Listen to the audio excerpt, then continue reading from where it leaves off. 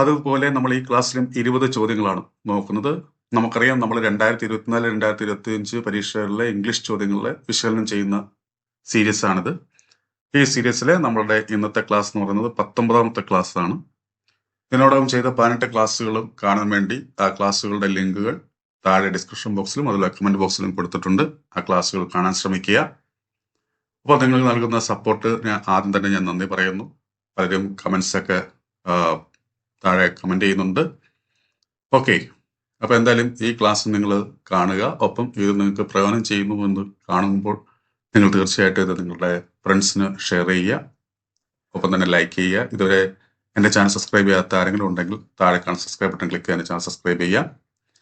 അപ്പോൾ എന്തായാലും നമുക്ക് ഫസ്റ്റ് ക്വസ്റ്റ്യൻ നോക്കാം. അപ്പോൾ ഈ ചോദ്യപേപ്പർ എന്ന് പറയുന്നത് clerk Tamil and Malayalam knowing preliminary examination ആണ്. 14/12/2024 നടന്ന പരീക്ഷ, അതായത് ഡിസംബർ 14 2024 ഡിസംബർ 14 നടന്ന പരീക്ഷയാണിത്. ഈ ചോദ്യപേപ്പറിന്റെ പ്രത്യേകത, ഇതിനകത്ത് 20 ക്വസ്റ്റ്യൻസ് ആണുള്ളത്. അപ്പോൾ അതുകൊണ്ട് തന്നെ നമ്മൾ ഈ ക്ലാസ്സിൽ ഈ ഒരു ചോദ്യപേപ്പർ മാത്രമേ എടുക്കുന്നുള്ളൂ. കാരണം ഓരോ ക്ലാസ്സിൽ നമ്മൾ 20 ക്വസ്റ്റ്യൻസ് ആണ് നോക്കുന്നത്. അപ്പോൾ ഈ ക്വസ്റ്റ്യനിൽ ഓൾറെഡി തന്നെ 20 ചോദ്യങ്ങൾ ഉണ്ട്. അതുകൊണ്ട് ഈ ഒരു ക്വസ്റ്റ്യൻ പേപ്പറിനെ ഫോക്കസ് ചെയ്തുകൊണ്ടാണ് നമ്മുടെ ഇന്നത്തെ ക്ലാസ് എന്ന് പറയുന്നത്. അപ്പം നോക്കുക, first question, choose the correct form of the verb from the options to complete the sentence. He dash a movie every Sunday.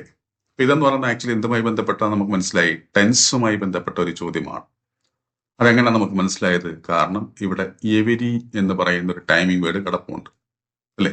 അപ്പൊ അങ്ങനെ എവരി, ഡെയിലി, റെഗുലർലി, യൂഷ്വലി അങ്ങനെയൊക്കെയുള്ള ടൈമിംഗ് വേർഡ് വരുമ്പോൾ നമ്മൾ ഏത് ടെൻസ് ആണ് എഴുതേണ്ടത്? സിമ്പിൾ പ്രസന്റ് ആണ് എഴുതേണ്ടത്, അല്ലെ? സിമ്പിൾ പ്രസന്റ് എന്ന് പറയുമ്പോൾ നമുക്കറിയാം വെർബിനോട് കൂടി ഡു അല്ലെങ്കിൽ ഡസ് ചേരുന്നതാണ്. Do or does plus verb ആണ് സിമ്പിൾ പ്രസന്റ് എന്ന് പറയുന്നത്. അപ്പൊ ഇവിടെ വാച്ച് എന്ന് പറയുന്ന വെർബിനോട് കൂടി ഒന്നുകിൽ ഡു ചേർക്കണം അല്ലെങ്കിൽ ഡസ് ചേർക്കണം. ഡു ചേർക്കുകയാണെങ്കിൽ ആ വാച്ച് എന്ന് പറയുന്നതിന്റെ ഫോം മാറത്തില്ല, എന്ന് വെച്ചാൽ രൂപം മാറത്തില്ല, പക്ഷെ അർത്ഥത്തിന് വ്യത്യാസം ഉണ്ടാകും. പക്ഷെ ഡസ് ചേർക്കുമ്പോൾ ആ രൂപത്തിനും മാറ്റം സംഭവിക്കും, അർത്ഥത്തിനും മാറ്റം സംഭവിക്കും. ഡസ് ചേർക്കുമ്പോൾ രൂപത്തിന് മാറ്റം എങ്ങനെയാണ് സംഭവിക്കുന്നത്? ഈ പറയുന്ന വെർബിന്റെ കൂടെ SO, E SO, I SO നമ്മൾ ആഡ് ചെയ്യും. അപ്പൊ അങ്ങനെയുള്ള ഒരു സംഭവം കിടപ്പുണ്ട്, എ എന്ന് പറയുന്ന ഓപ്ഷൻ, വാച്ചസ്. പിന്നെ വാച്ചും കിടപ്പുണ്ട്. ദാറ്റ് മീൻസ് ഇവിടെ ഡു ചേർന്നിട്ടുണ്ട്, ഇവിടെ ഡസ് ചേർന്നിട്ടുണ്ട്. അപ്പൊ സിമ്പിൾ പ്രസന്റ് വെർബായിട്ട് നമുക്ക് കാണാൻ കഴിയുന്നത് വാച്ചസും വാച്ചുമാണ്. ഇതിനകത്ത് ഏതെങ്കിലും ഒന്നാണ് വരേണ്ടത്. പിന്നെ വാച്ച് എന്ന് പറയുമ്പോൾ എന്താ? ഡിഡ് ചേർന്നിരിക്കുക. വാച്ചിന്റെ കൂടെ ഡിഡ് ചേരുമ്പോഴാണ് വാച്ച്ഡ് ആവുന്നത്. അത് സിമ്പിൾ പാസ്റ്റ് ആണ്. ഇനി വാച്ചിങ് എന്ന് പറയുമ്പോൾ ING ഫോമാണ്, പ്രസന്റ് പാർട്ടിസിപ്പിൾ ഫോമാണ്. അത് ഇവിടെ ടെൻസ് ഇല്ല. ടെൻസ് ഇല്ലാത്തതുകൊണ്ട് നമ്മൾ അതിനെ കളഞ്ഞു. അപ്പൊ ഇനി നമ്മുടെ കയ്യിലുള്ളത് വാച്ചസും വാച്ചുമാണ്. ഇതാണ് സിമ്പിൾ പ്രസന്റിന്റെ വേർബ്സ് എന്ന് പറയുന്നത്. ഇനി വാച്ചസ് ആണോ വാച്ചാണോ എന്നുള്ളത്, അതായത് ഡു ആണോ ഡസ് ആണോ ചേർക്കേണ്ടത് എന്നുള്ളത് ആരെ ആശ്രയിച്ച? സബ്ജക്റ്റിനെ ആശ്രയിച്ച. സബ്ജക്റ്റ് ഇവിടെ എന്താണ്? ഹി ആണ്. അപ്പൊ ഹി സബ്ജക്റ്റ് എന്താണ്? സിംഗുലർ ആണ്. അപ്പൊ സിംഗുലർ ആകുമ്പോൾ നമ്മൾ ഡസ് ആണ് ചേർക്കേണ്ടത്. പ്ലൂറൽ ആണെങ്കിൽ നമുക്ക് ഡു ചേർക്കാമായി. ഇവിടെ ഹി സിംഗുലറൈസിലേക്ക് നമ്മൾ വാച്ചിന്റെ കൂടെ ഡസ് ചേർക്കുമ്പോൾ എന്തായി കിട്ടുന്നു? വാച്ചസ് എന്ന് കിട്ടുന്നു. അപ്പൊ ഈ എ എന്ന് പറയുന്ന ഓപ്ഷനാണ് ശരിയായിട്ടുള്ള ആൻസർ. അപ്പൊ he watches A movie every Sunday എന്നുള്ളതാണ് കറക്റ്റ് ആൻസർ. ഇനി അടുത്ത ചോദ്യം, A large group of insects moving in A mass is called dash. അപ്പൊ ഇതെന്തായിരിക്കും? നമുക്കറിയാം ഇൻസെക്ട്സ് അല്ലെങ്കിൽ ബീസ്, ഇതിന്റെയൊക്കെ കളക്റ്റീവ് നോൺ. ഇത് കളക്റ്റീവ് നോണുമായി ബന്ധപ്പെട്ട ചോദ്യമാണ്. അപ്പൊ അങ്ങനെ ഒരു സമയത്ത് നമ്മൾ ഏത് എഴുതേണ്ടത്? ഏത് കളക്റ്റീവ് നോൺ ആയിരിക്കും എഴുതേണ്ടത്? സ്വാം ആയിരിക്കും എഴുതേണ്ടത്. അപ്പൊ സി എന്ന് പറയുന്ന ഓപ്ഷനാണ് ഇവിടുത്തെ correct answer. A സ്വാം of insects അല്ലെങ്കിൽ എ സ്വാം ഓഫ് ബീസ് എന്നൊക്കെയാണ് നമ്മൾ പറയുക. ഇനി എ ഫ്ലോക്ക് ഓഫ്, ഫ്ലോക്ക് എന്തിനെ സൂചിപ്പിക്കാനാ? ഷീപ്പിനെ സൂചിപ്പിക്കാൻ. A flock of sheep. ഇനി ഹേഡോ, എ ഹേഡ് ഓഫ് ബഫലോസ്. അല്ലെ, ഈ മാമൽസ് ആയിട്ട് നിൽക്കുന്ന മൃഗങ്ങളല്ലേ, സസ്തനികളായിട്ട് നിൽക്കുന്ന മൃഗങ്ങൾ, അവയുടെ കൂട്ടത്തെ വിളിക്കാൻ നമ്മൾ ഹേർഡ് ഉപയോഗിക്കുന്നു. ഓക്കെ. ഇനി പ്രൈഡ് എന്തായിരിക്കും? A pride of lions. A pride of lions. അപ്പൊ ലയൺസിനെ സൂചിപ്പിക്കാൻ പ്രൈഡ് ഉപയോഗിക്കുന്നു. അപ്പൊ ഇവിടുത്തെ കറക്റ്റ് ആൻസർ ഈ പറയുന്ന സ്വാമാണ്. ഇനി അടുത്ത ചോദ്യം, find out the suitable article from the options given below. അപ്പോൾ ആർട്ടിക്കിൾസുമായി ബന്ധപ്പെട്ട ചോദ്യമാണ്. ഇവിടെ എന്താ ഉദ്ദേശിക്കുന്നത്? They talked for dash hour about the wonderful performance. അതായത് അവര് 1 മണിക്കൂറോളം സംസാരിച്ചെന്ന. ഒരു എന്നൊരർത്ഥം വരണമെങ്കിൽ എയോ ആനോ ആണ് നമുക്ക് ഒരു എന്നൊരർത്ഥം തരുന്നത്. ഇതിനെ നമുക്ക് ഇൻഡെഫിനിറ്റ് ആർട്ടിക്കിൾസ് എന്ന് വിളിക്കാം. ദ എന്താണ്? Definite article. എന്താണ് ഇൻഡെഫിനിറ്റ് ആർട്ടിക്കിൾസും ഡെഫിനിറ്റ് ആർട്ടിക്കിളും തമ്മിലുള്ള വ്യത്യാസം? ഡെഫിനിറ്റ് ആർട്ടിക്കിൾ എന്ന് പറയുമ്പോൾ വളരെ ഡെഫിനിറ്റ് ആയിട്ടുള്ള, വളരെ പർട്ടിക്കുലർ ആയിട്ടുള്ള, വളരെ നിശ്ചയമുള്ള നൗണിന്റെ മുന്നിലാണ് നമ്മൾ ദ ഉപയോഗിക്കേണ്ടത്, ഡെഫിനിറ്റ് ആർട്ടിക്കിൾ ഉപയോഗിക്കേണ്ടത്. എന്നാൽ ഇൻഡെഫിനിറ്റ് ആർട്ടിക്കിൾ ഒരു എന്ന അർത്ഥത്തിൽ നമ്മൾ ആദ്യമായി പറയുന്ന ഒരു നൗണിന്റെ മുന്നിലായിരിക്കണം നമ്മൾ ഉപയോഗിക്കേണ്ടത്. അപ്പൊ ഇവിടെ ഒരു എന്നൊരു അർത്ഥമാണ് ഇവിടെ വരേണ്ടത്. അങ്ങനെ ഒരു എന്നൊരു അർത്ഥം വരണമെങ്കിൽ എയോ ആനോ ആണ് ഉപയോഗിക്കേണ്ടത്. അത് എന്തിനെ ആശ്രയിച്ചാണ് ഉപയോഗിക്കേണ്ടത്? നമുക്ക് തന്നിരിക്കുന്ന വാക്ക്, ആ വാക്കിന്റെ തുടക്കത്തിലെ അക്ഷരമല്ല, മറിച്ച് ഉച്ചാരണം, അല്ലാണ്ട് പ്രൊനൗൺസിയേഷനെ വെച്ചാണ് നമ്മൾ ഉപയോഗിക്കേണ്ടത്. ഇവിടെ നമ്മൾ ഹവർ എന്നാണ് പറയുന്നത്? അല്ല, അവർ എന്നാ പറയുന്നത്. എച്ച് ഇവിടെ സൈലന്റ്. അവർ. അതുപോലെ ഓണസ്റ്റ്, HONEST, ഓണസ്റ്റ്. നമ്മൾ ഹോണസ്റ്റ് എന്നല്ല പറയുന്നത്. അങ്ങനെ ചില വാക്കുകളുണ്ട്, എച്ചിൽ തുടങ്ങുന്ന ചില വാക്കുകൾ അതവിടെ ഉച്ചരിക്കത്തില്ല. ആ എച്ചോട് ഉച്ചരിക്കുന്ന പകരം അതിന് ശേഷം വരുന്ന ഉടൻ തൊട്ടാണ് ഉച്ചാരണം വരിക. അപ്പൊ അതുകൊണ്ട് ഇവിടെ നമ്മൾ ഹവർ എന്നല്ല പറയുന്നത്, അവർ എന്നാ പറയുന്നത്. സോ ആ എന്ന് പറയുന്നത് എന്തിന്റെ ശബ്ദമാണ്? വവലിന്റെ സൗണ്ടാണ്. അപ്പൊ അതുകൊണ്ട് തന്നെ നമ്മൾ ആനാണ് ഉപയോഗിക്കേണ്ടത്. എന്നാൽ കോൺസണന്റ് സൗണ്ട് ആയിരുന്നെങ്കിൽ നമുക്ക് എന്ത് ഉപയോഗിക്കാമായിരുന്നു? എ ഉപയോഗിക്കാമായിരുന്നു. അപ്പൊ ഇവിടെ അവർ, ദേ ടാക്ക് ഫോർ ആൻ അവർ എന്നാണ് പറയുന്നത്. അവർ നമ്മൾ ഇവിടെ ആനാണ് വരേണ്ടത്. അപ്പൊ ഇവിടുത്തെ ആനാണ് ഇവിടുത്തെ കറക്റ്റ് ആൻസർ. അടുത്ത ചോദ്യം നോക്കുക. Which among the following is synonym of the word dismal? Dismal എന്ന് പറയുന്ന വാക്കിന്റെ സിനോണിം ഏതാണെന്നാണ് ചോദിച്ചിരിക്കുന്നത്. ഡിസ്മൽ എന്ന് ചേർത്തുന്നത് സാഡ് എന്ന അർത്ഥം. അപ്പൊ ഇവിടെ സാഡ് എന്ന് വന്നിരിക്കുന്ന ഏതാണ്?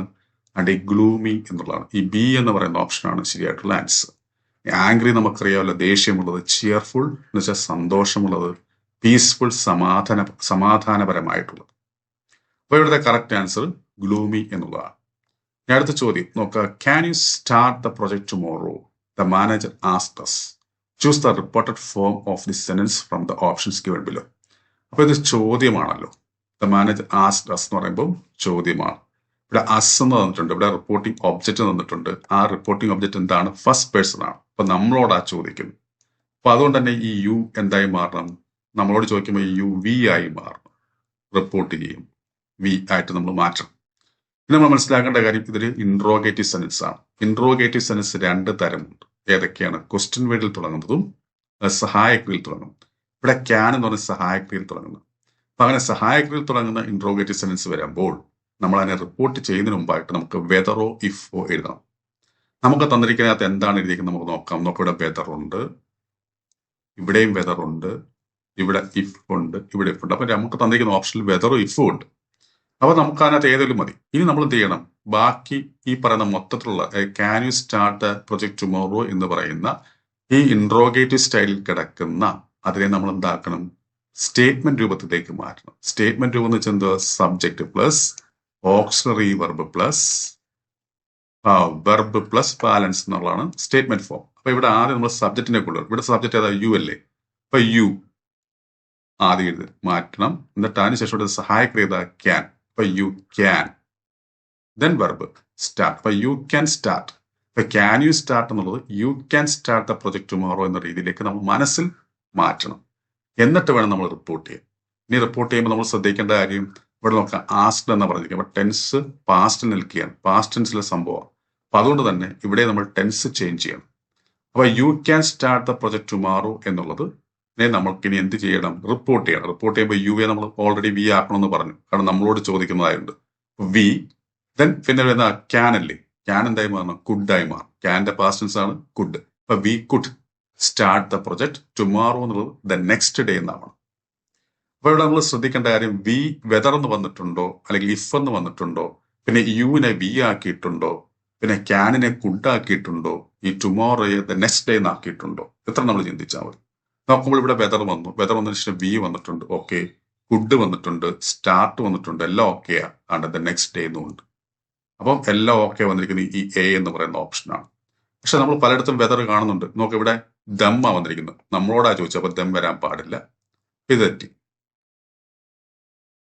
ഇനി ഇവിടെ അസ് ഓക്കെയാണ്, ഇഫ് ഉണ്ട്, പക്ഷെ വി കഴിഞ്ഞിട്ട് പിന്നെ ക്യാനെ മാറ്റിയിട്ടില്ല. ക്യാനായിട്ട് തന്നെ എഴുതിയിരിക്കുക. കുഡ് എന്നായിരുന്നു വെയിറ്റ് ചെയ്യുന്നത്. ഓക്കെ, അപ്പൊ അതുകൊണ്ട് ഇതും തെറ്റി. ഇനി അടുത്ത് നോക്കുമ്പോൾ the manager asked if we could start the project. അത്രയും ഓക്കെ, പക്ഷെ ടുമോറോ ആയിട്ട് തന്നെ എഴുതിയിട്ടുണ്ട്. നെക്സ്റ്റ് ഡേ ഒന്നും മാറ്റിയിട്ടില്ല. സോ അതുകൊണ്ട് ഇതും തെറ്റി. അപ്പോൾ കറക്റ്റ് ആയിട്ട് വന്നിരിക്കുന്നത് ഈ എ എന്ന് പറയുന്ന ഓപ്ഷനാണ്. ഓക്കെ, ഇനി അടുത്ത ചോദ്യം. മത്സര പരീക്ഷകളിൽ ഇംഗ്ലീഷ് ആണോ നിങ്ങളെ കുഴപ്പിക്കുന്നത്? എന്നാൽ ഇനി ആ ടെൻഷൻ വേണ്ട. ഇപ്പോൾ തന്നെ രഞ്ജിത്ത് ഇംഗ്ലീഷ് എന്ന ലേണിംഗ് ആപ്പ് ഡൗൺലോഡ് ചെയ്യൂ. Kerala PSC, SSC, UPSC, bank തുടങ്ങിയ എല്ലാ പരീക്ഷകൾക്കുമായിട്ടുള്ള ലൈവ് ആൻഡ് റെക്കോർഡഡ് ക്ലാസുകൾ ലഭ്യമാണ്. Ranjith English makes you smart in English. Choose the appropriate phrasal verb to complete the sentence. For we have dash of milk. Would you like milk powder instead? അപ്പോൾ ഇവിടെ എന്താ ഉദ്ദേശിക്കുന്നത്? ഞങ്ങളുടെ കയ്യിലുള്ള പാലെല്ലാം തീർന്നു പോയി, നിങ്ങൾക്ക് മിൽക്ക് പൗഡർ മതിയോ അതിന് പകരമായിട്ട് എന്നാണ് ചോദിക്കുന്നത്. അത് നിങ്ങൾ ഇഷ്ടപ്പെടുവോ എന്നാണ് ചോദിക്കുന്നത്.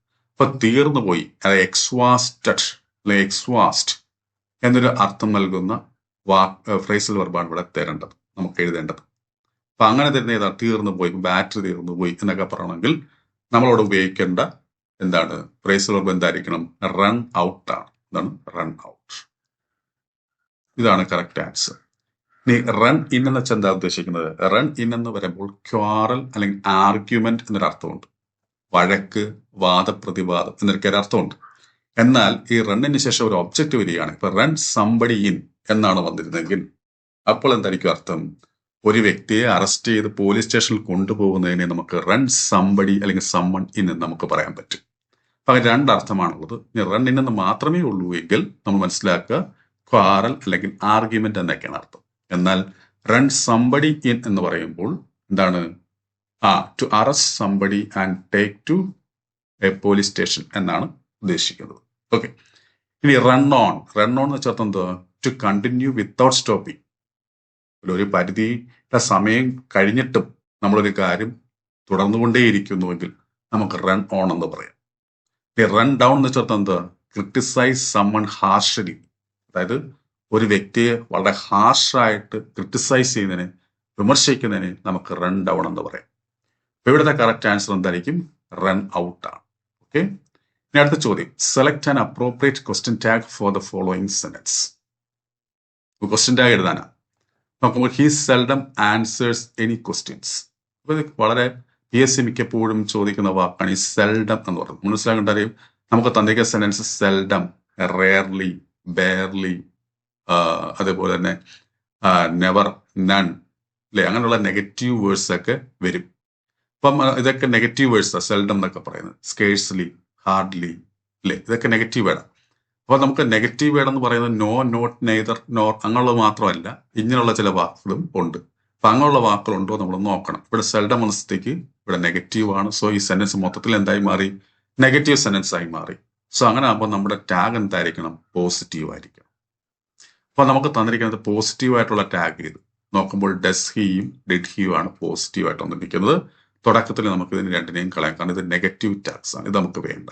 ഡസ് ഹി ആണോ ഡിഡ് ഹി ആണോ എന്നുള്ളത് എന്തിനെ ആശ്രയിച്ചിരിക്കും? നമുക്ക് തന്നിരിക്കുന്ന സെന്റൻസിലെ സഹായക്രിയ അനുസരിച്ചിരിക്കും.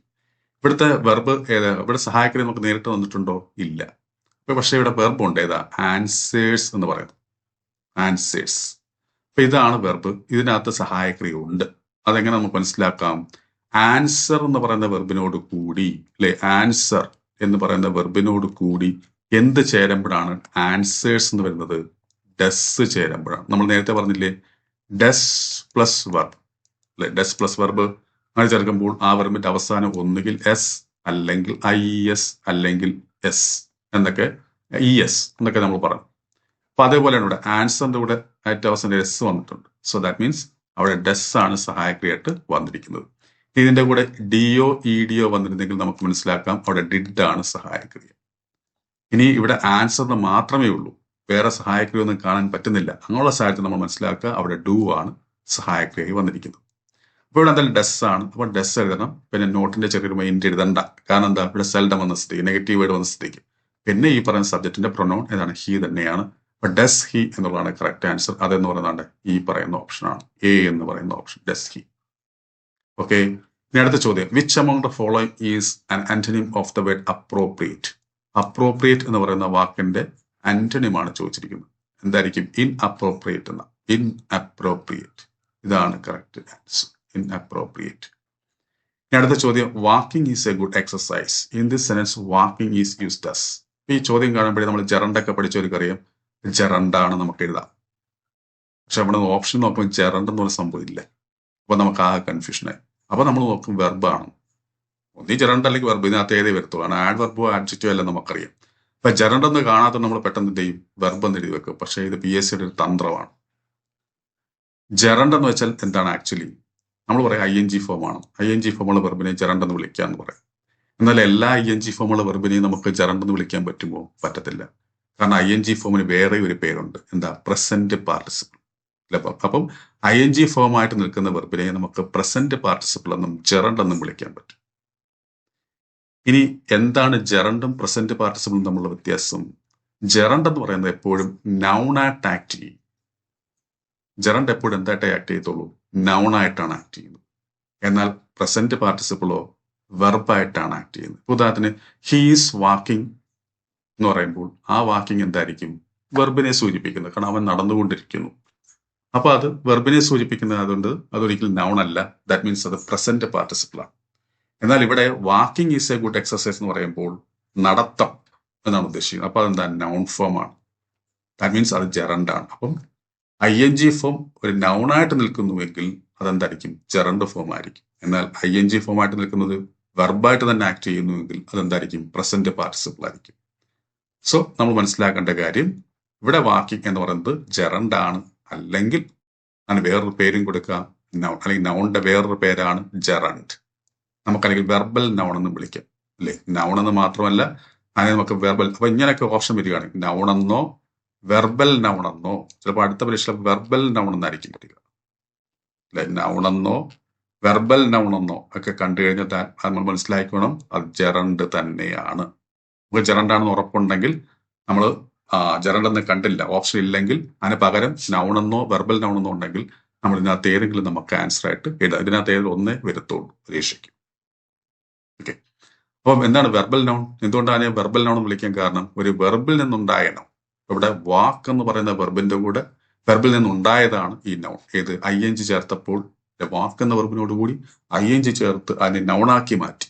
അപ്പോൾ വെർബിൽ നിന്നുണ്ടായ നൗണാണ്, അതാണ് വെർബൽ നൗൺ. മലയാളത്തിൽ നമ്മൾ ക്രിയാനാമം എന്ന് പറയും. ഓക്കെ. അപ്പൊ അതങ്ങനെയൊക്കെ നമ്മൾ സൂക്ഷിച്ച് വേണം ആൻസർ ചെയ്ത്. ഇതെല്ലാം PSCയുടെ പുതിയ പുതിയ ചോദ്യങ്ങളിൽ കാണുന്ന ചില വ്യതിയാനങ്ങളാണ്, വ്യത്യാസങ്ങളാണ്. നമ്മൾ ഇതിന്റെ തൊട്ടു മുമ്പുള്ള വർഷങ്ങളിലേക്ക് എടുത്ത് നോക്കി അവിടെ ജെറണ്ടെന്ന് തന്നെ ഉണ്ടാവും. പക്ഷെ അത് നമ്മളങ്ങനെ പഠിച്ച് ജെറണ്ടെന്ന് മനസ്സിൽ വെച്ചപ്പോഴത്തേക്കിന് PSC എന്ത് ചെയ്തത്? തന്ത്രം മാറ്റി പിടിച്ചു. ജെറണ്ടെന്ന് തരാതെ നൗൺ എന്ന് തന്നു. അപ്പൊ നമുക്ക് കൺഫ്യൂഷനായി. അപ്പൊ നമുക്ക് നൗൺ അല്ല നമുക്ക് മനസ്സിൽ വിചാരിക്കും. കാരണം വാക്കിംഗ് ഒരു ഫ്രീ അല്ലേ എന്ന് പറഞ്ഞ് നമ്മൾ വെർബ് എഴുതി വെക്കും. അപ്പൊ തെറ്റ്. ഓക്കെ. അപ്പൊ ഇനി അടുത്തത് 90ാമത്തെ ചോദ്യം നോക്കുക. Choose the correct option to complete the sentence. ഇത് ഇഫ് ക്ലോസുമായി ബന്ധപ്പെട്ട ചോദ്യമാണ്. നോക്കുക. If we had rehearsed well we dash. അപ്പൊ നമുക്ക് നോക്കാം. ഇഫ് ക്ലോസിനകത്ത് നമുക്കറിയാം ഇഫ് ക്ലോസ് സിമ്പിൾ പ്രസന്റിലുണ്ട്, സിമ്പിൾ പാസ്റ്റിലുണ്ട്, പാസ്റ്റ് പെർഫെക്റ്റിലുണ്ട്. ഇവിടെ നോക്കുമ്പോൾ ഹാഡ് പ്ലസ് V3 വന്നു കഴിഞ്ഞാൽ പാസ്റ്റ് പെർഫെക്റ്റ് ആണെന്ന് നമുക്കറിയാം. അപ്പൊ അങ്ങനെ തുടർന്ന് വരേണ്ടത് എങ്ങനെയായിരിക്കണം? Would have, should have, might have plus V3 plus എന്നുള്ള രീതിയിലാണ് വരേണ്ടത്. അപ്പൊ അങ്ങനെ വുഡ് ഹാവ് പ്ലസ് V3 വല്ലതും ഉണ്ടോ? ഇവിടെ നോക്കുമ്പോൾ വുഡ് ഹാവ് 1. ഇതാണ് കറക്റ്റ്. ഇവിടെ വുഡ് ബിൻ ആണ് തെറ്റ്, വിൽ ബിൻ ആണ് തെറ്റ്. വുഡ് ഹാവ് ബിൻ എന്ന് എഴുതിയിരിക്കുന്നു. V3 ഫോമാണ് വരേണ്ടത്. അപ്പൊ അതും തെറ്റ്. Would have 1. B എന്ന് പറയുന്ന ഓപ്ഷനാണ് കറക്റ്റ്. B. ഇതാണ് ശരിയായിട്ടുള്ള ആൻസർ. ഓക്കെ. അപ്പം നമ്മുടെ ഈ യൂട്യൂബ് ക്ലാസ്സിനോടൊപ്പം തന്നെ നമ്മൾ നമ്മുടെ ലേണിംഗ് ആപ്പിലൂടെ ഓൺലൈൻ കോഴ്സ് നടത്തുന്നുണ്ട്. ആ കോഴ്സിൽ ചേരാൻ താല്പര്യമുണ്ടെങ്കിൽ താഴെ നമ്മുടെ ലേണിംഗ് ആപ്പിന് ലിങ്ക് കൊടുത്തിട്ടുണ്ട്. അതുവഴി നിങ്ങൾക്ക് ജോയിൻ ചെയ്യാവുന്നതാണ്. നമ്മൾ ഓൾറെഡി പറഞ്ഞതുപോലെ നമ്മൾ ഈ പറയുന്ന ഓരോ ക്ലാസ്സിലും അടുത്ത ക്ലാസ്സിൽ ചർച്ച ചെയ്യാൻ ഉദ്ദേശിക്കുന്ന ചോദ്യപേപ്പറിലെ ഒരു ചോദ്യം നിങ്ങൾക്ക് തരും. അങ്ങനെ കഴിഞ്ഞ ക്ലാസ്സിൽ ഞാനൊരു ചോദ്യം തന്നിട്ടുണ്ടായിരുന്നു. അതാണ് താണ്ട് ഈ ചോദ്യം, 82ാമത്തെ ചോദ്യം. അതിന്റെ ആൻസർ കഴിഞ്ഞ ക്ലാസ്സിൽ പലരും കമന്റ് ബോക്സിൽ രേഖപ്പെടുത്തിയിരുന്നു. ഓക്കെ. അത് പലരും ശരിയായിട്ട് തന്നെയാണ് രേഖപ്പെടുത്തിയിരുന്നത്. ഈ ക്ലാസ്സിൽ ഞാൻ അതുപോലെ നിങ്ങൾക്കൊരു ചോദ്യം തരുന്നുണ്ട്. അതെന്ന് പറയുന്നത് അടുത്ത ക്ലാസ്സിൽ നമ്മൾ ചർച്ച ചെയ്യാനിരിക്കുന്ന assistant Kannada knowing Kerala public service commission 21 December 2024, അതായത് 2024 ഡിസംബർ 21 തീയതി നടത്തിയ അസിസ്റ്റന്റ് എന്ന് പറയുന്ന പോസ്റ്റിലേക്കുള്ള പരീക്ഷയിൽ ചോദിച്ച ഇംഗ്ലീഷ് ചോദ്യങ്ങളാണ് നമ്മൾ അടുത്ത ക്ലാസ്സിൽ ചർച്ച ചെയ്യുന്നത്. അപ്പൊ അതിലെ ഈ ഫസ്റ്റ് ക്വസ്റ്റ്യൻ 81ാമത്തെ ക്വസ്റ്റ്യൻ ആണ് ഞാൻ ഈ ക്ലാസ്സിൽ തരുന്നത്. ഏതാണ്? Identify the part of speech of will in this sentence. Where there is a will there is a way. ഇതിനകത്ത് വിൽ എന്ന് പറയുന്നത് എന്തായിട്ടാണ് നിൽക്കുന്നത്? പാർട്സ് ഓഫ് സ്പീച്ചിലുമായി ബന്ധപ്പെട്ട് പറയുമ്പോൾ വെർബാണോ, നൗൺ ആണോ, അഡ്ജക്റ്റീവ് ആണോ, അതോ ഇതൊന്നും അല്ലേ? ഇതാണ് ചോദ്യം. ഇതിന്റെ ഉത്തരം നിങ്ങൾ കമന്റ് ബോക്സിൽ താഴെ രേഖപ്പെടുത്തുക. ഓക്കെ. അപ്പൊ എന്തായാലും നമുക്ക് നമ്മുടെ ക്ലാസ്സിലേക്ക് തിരികെ പോകാം. നോക്കാം. 91ാമത്തെ ചോദ്യം, A person who does clever tricks which appear magical is called dash. അതായത് മായാജാലം കാണിക്കുന്നു. അങ്ങനെ മാജിക് എന്ന് നമുക്ക് പറയാൻ പറ്റത്തില്ല, കുതന്ത്രങ്ങളൊക്കെ ചേർത്തുകൊണ്ടുള്ള മായാജാലം. അങ്ങനെ കാണിക്കുന്ന ആളെ നമുക്ക് എന്ത് വിളിക്കാം? അല്ലാതെ മാജിക് ആണെങ്കിൽ നമുക്ക് മജീഷ്യൻ എന്ന് വിളിക്കാം. പക്ഷെ ഇവിടെ അതല്ല, ട്രിക്സ് ഉപയോഗിച്ചുകൊണ്ട്, ക്ലവർ ട്രിക്സ് ഉപയോഗിച്ചുകൊണ്ടൊക്കെയുള്ള മാജിക്, കുതന്ത്രങ്ങൾ എന്ന് പറയാം. അപ്പൊ അങ്ങനെയുള്ള ആളെ നമുക്ക് എന്ത് വിളിക്കാം? കോൺചറർ എന്ന് വിളിക്കാം. കോൺചറർ. ഇതാണ് കറക്റ്റ് ആൻസർ, സി എന്ന് പറയുന്ന ഓപ്ഷൻ. ഇനി ക്യൂറേറ്റർ എന്താ? ക്യൂറേറ്റർ എന്ന് വെച്ച് കഴിഞ്ഞാൽ ഈ പറയുന്ന മ്യൂസിയം ഒക്കെ പരിപാലിക്കുന്ന ആളെ നമുക്ക് ക്യൂറേറ്റർ എന്ന് വിളിക്കാം. പിന്നെ വേറെയും വാക്കുണ്ട്, ഈ ക്രിക്കറ്റ് സ്റ്റേഡിയം ഒക്കെ ഡിസൈൻ ചെയ്യുന്ന അല്ലെങ്കിൽ അതൊക്കെ ചെയ്യുന്ന നമ്മൾ ക്യൂറേറ്റർ എന്ന് വിളിക്കാം. ഇനി ബർഗ്ലർ നമുക്കറിയാം കൊള്ളക്കാരൻ എന്നാണ് അർത്ഥം. ഓക്കെ, അപ്പൊ ഇവിടുത്തെ കറക്റ്റ് ആൻസർ കോൺചറർ എന്നുള്ളതാണ്. ഇനി അടുത്ത ചോദ്യം, which amount the following is an irregular verb. ഈ തന്നിരിക്കുന്നതിനകത്ത് ഏതാണ് ഇറഗുലർ വർബ്? എന്താണ് ഇറഗുലറും റെഗുലറും? റെഗുലർ വർബ് എന്ന് പറയുമ്പോൾ എന്താണ്? റെഗുലർ വർബ് എന്ന് പറയുമ്പോൾ ഉദാഹരണത്തിന് ജമ്പ് എന്ന് പറയുന്ന വെർബിന്റെ V2 V3 നമ്മൾ ശ്രദ്ധിച്ചാൽ, V2 V3 ഫോം നമ്മൾ ശ്രദ്ധിച്ചാൽ എങ്ങനെയാണ്? ജംപ്ഡ് അല്ലേ? ജംപ്ഡ്. ഇവിടെ ജംപ്ഡ് എന്നായിരിക്കും. അതായത് ജംപ്ഡ്. അപ്പൊ അതായത് EDO DO IEDO ആയിരിക്കും നമ്മൾ V2ലും V3 ആക്കുമ്പോൾ ചേർക്കുന്നത്. ഇതിന്റെ കൂടെ V1ന്റെ കൂടെ. ജമ്പ് എന്ന് പറഞ്ഞ V1 ഫോമിന്റെ കൂടെ V2 ആക്കാൻ വേണ്ടിയോ അല്ലെങ്കിൽ V3 ആക്കാൻ വേണ്ടിയോ നമ്മൾ എന്ത് ചേർത്തു? ED ചേർത്തു. EDO DO IEDO നമ്മൾ ചേർക്കും ഏതൊരു വെർബിനെയും V2 V3 ആക്കാൻ വേണ്ടി. അങ്ങനെയുള്ള നമ്മൾ റെഗുലർ വെർബ് എന്ന് പറയും. എന്നാൽ ഇറഗുലർ വെർബ്, ഉദാഹരണത്തിന് സിങ് എന്ന് പറയുന്ന വെർബ്, അതിന്റെ V2 എന്തായിരിക്കും? സിംഗഡ് എന്നല്ല, പകരം സാങ് എന്ന. Sing, sang, sung. ഇവിടെ എന്താ സംഭവിച്ചത്? സിങ് എന്ന് പറയുന്ന വെർബ് അല്ലെ, സിങ് എന്ന് പറയുന്ന വെർബിനെ നമ്മൾ V2 ആക്കിയപ്പോൾ നമ്മൾ എന്ത് ചെയ്തു? ഈ ഐയെ മാറ്റി, ഇവിടുത്തെ I എന്നുള്ള മാറ്റി ഇവിടെ A ആക്കി. ഇനി അതിന്റെ V3 ആയപ്പോൾ നമ്മൾ എന്ത് ചെയ്തു?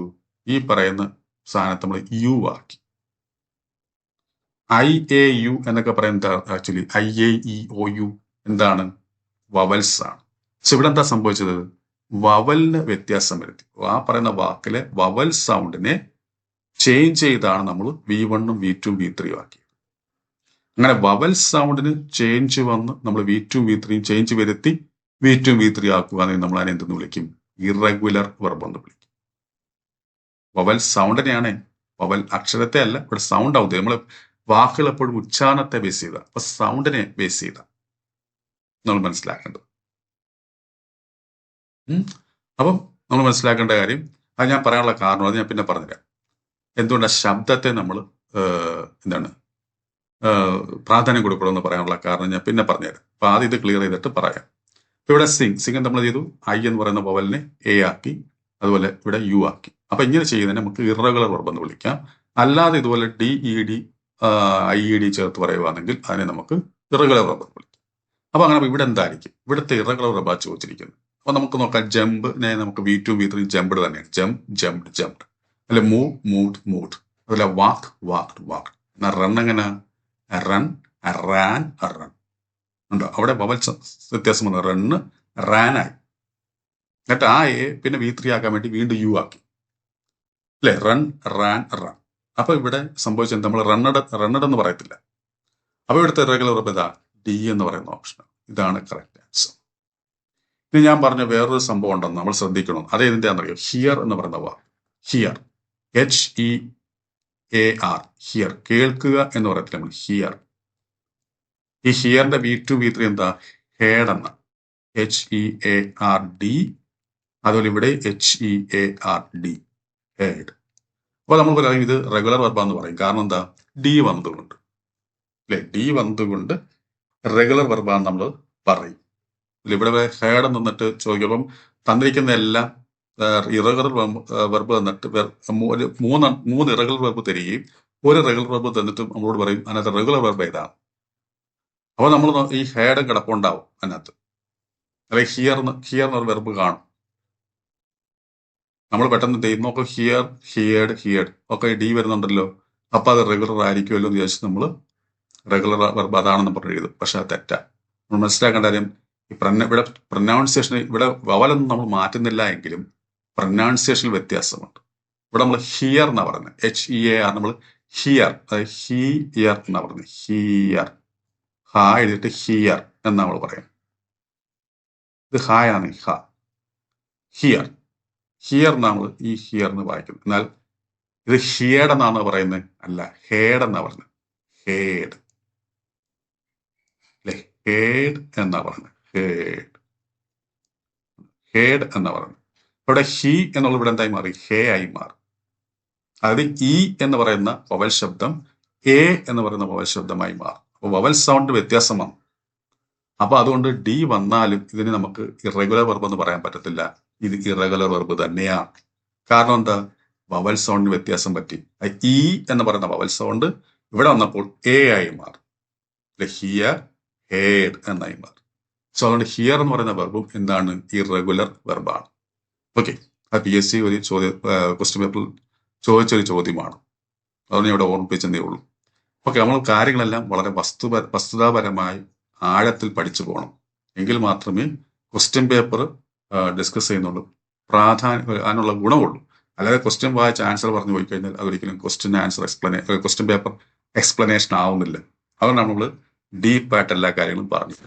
ഓക്കെ, അപ്പൊ ഇനി അടുത്ത ചോദ്യം, fill in the blank using the right preposition. ശരിയായ പ്രിപ്പോസിഷൻ ഉപയോഗിച്ച് എഴുതാനാണ് പറഞ്ഞിരിക്കുന്നത്. നോക്കുക, there is a river dash my house. അതായത് ഇവിടെ ഉദ്ദേശിക്കുന്നത് എന്റെ വീടിന്റെ അരികിൽ ഒരു റിവർ ഉണ്ടെന്ന്. അപ്പൊ അരികിൽ എന്നൊരു അർത്ഥമാണ് വരേണ്ടത്. ഇവിടെ ബിസൈഡും ബിസൈഡ്സും ഉണ്ട്. ബിസൈഡ് എന്ന് വെച്ച് കഴിഞ്ഞാൽ അരികിൽ, ബിസൈഡ്സ് എന്ന് വെച്ചാൽ എന്താ, ഇൻ അഡീഷൻ ടു, കൂടാതെ. ഇവിടെ ബിസൈഡ് ആണ് കറക്റ്റ് ആൻസർ. ബിസൈഡ്സ് എന്ന് വെച്ചാൽ എന്താ, കൂടാതെ എന്നൊരു അർത്ഥമാണ് ബിസൈഡ്സിന്. ഓക്കെ, അപ്പൊ ഇവിടെ എ ആണ് കറക്റ്റ് ആൻസർ. ഇനി അടുത്ത ചോദ്യം നോക്കുക, the party was attended by an august group of people. August group of people. In this sentence, August as an adjective means, നമുക്കറിയാം ഓഗസ്റ്റ് എന്ന് പറയുന്നത് ഒരു നൗണായിട്ട് ഉപയോഗിക്കാം, അഡ്ജക്റ്റീവായിട്ട് ഉപയോഗിക്കാം. നൗണായിട്ട് ഉപയോഗിക്കുമ്പോഴാണ് മാസത്തിന്റെ പേര് വരിക, ഓഗസ്റ്റ് മാസം. എന്നാൽ ഇവിടെ ഇത് അഡ്ജക്റ്റീവായിട്ടാണ് ഉപയോഗിച്ചിരിക്കുന്നത്. അങ്ങനെയാകുമ്പോൾ ഈ ഓഗസ്റ്റിന് വേറെ അർത്ഥമാണുള്ളത്. എന്തായിരിക്കും അത്, ഇംപ്രസീവ് എന്നാണ്.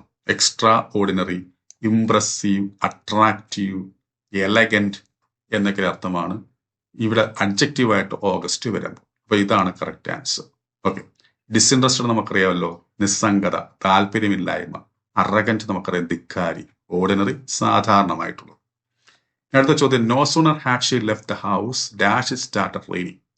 അപ്പൊ എന്താണ് ഇവിടെ വരേണ്ടത്, നമുക്കറിയാം നോ സൂണർ വന്നു കഴിഞ്ഞാൽ പിന്നെ നമ്മൾ ദാൻ ആണ് ഉപയോഗിക്കുന്നത്. No sooner than. അപ്പൊ അതേതാണ് നോക്കുമ്പോൾ ഇവിടെ ദാൻ. എന്നാൽ സ്കേഴ്സ്ലിയോ ഹാർഡ്ലിയോ വന്നിരുന്നെങ്കിലോ നമുക്ക് വെൻ ഉപയോഗിക്കാൻ വരും. Scarcely when, hardly when, no sooner than, then അല്ല ദാൻ. ഓക്കെ, ഇതാണ് കറക്റ്റ് ആൻസർ.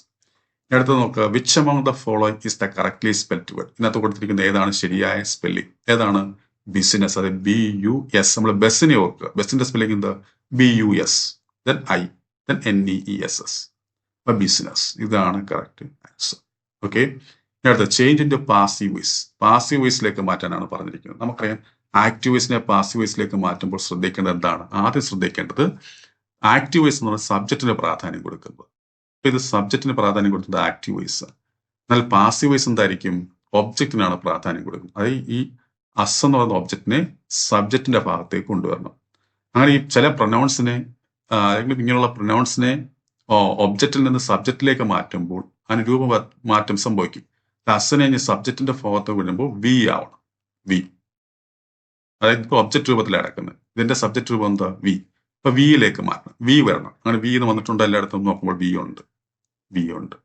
ഇനി നോക്കാം, ഈ ആർ, ഈസോ റാമോർ ആർ, അതിനകത്ത് ആറാണ് ഇവിടെ വന്നിരിക്കുന്നത്. കാരണം ഇവിടെ ദേ വന്നതുകൊണ്ടാണ്, പ്ലൂറൽ ആയതുകൊണ്ട് ആർ ഉപയോഗിച്ചു. അതുപോലെ വിയും എന്ത് തന്നെയാണ്, പ്ലൂറലാണ്. സോ ഈ ആറിന് നമുക്ക് അവിടെ തന്നെ നിലനിർത്താം. ഇപ്പൊ വി ആർ, വി ആർ. ഇവിടെ വി ഹാബിനകത്ത് തെറ്റി, ഇവിടെ വി വേറെ, അതും തെറ്റി. അപ്പൊ ഇത് രണ്ടും നമുക്ക് തുടക്കത്തിലേക്ക് കളയാം. ഇനി നമ്മുടെ ഉള്ളത് ഇത് രണ്ടും, വി ആർ ഫോളോഡ് ബൈ ദമും we are being followed by. ഇതിനകത്ത് ഏതാണ് വരിക? ഇത് നോക്കുക, ഈ ആറിന് ശേഷം വന്നിരിക്കുന്നത് ING ഫോമാണ്. അപ്പൊ നമ്മൾ മനസ്സിലാക്കേണ്ട കാര്യം, ആക്റ്റീവ് വോയിസിൽ ING ഫോമിൽ വരുന്ന, അതായത് വെർബ് പ്ലസ് ING വരുന്ന വെർബുകൾ എവിടെയാണ്, ആക്റ്റീവ് വോയിസിൽ. ആക്റ്റീവ് വോയിസിൽ വെർബ് പ്ലസ് ING ആയിട്ട് വരുന്ന വെർബുകളെ പാസീവ് വോയിസിലേക്ക് മാറ്റുമ്പോൾ നമ്മൾ ബീയിങ് പ്ലസ് V3 എന്നാക്കണം. ഇതാണ് ബീയിങ് പ്ലസ് V3 എന്ന രീതിയിലേക്ക് മാറ്റണം. Being plus V3.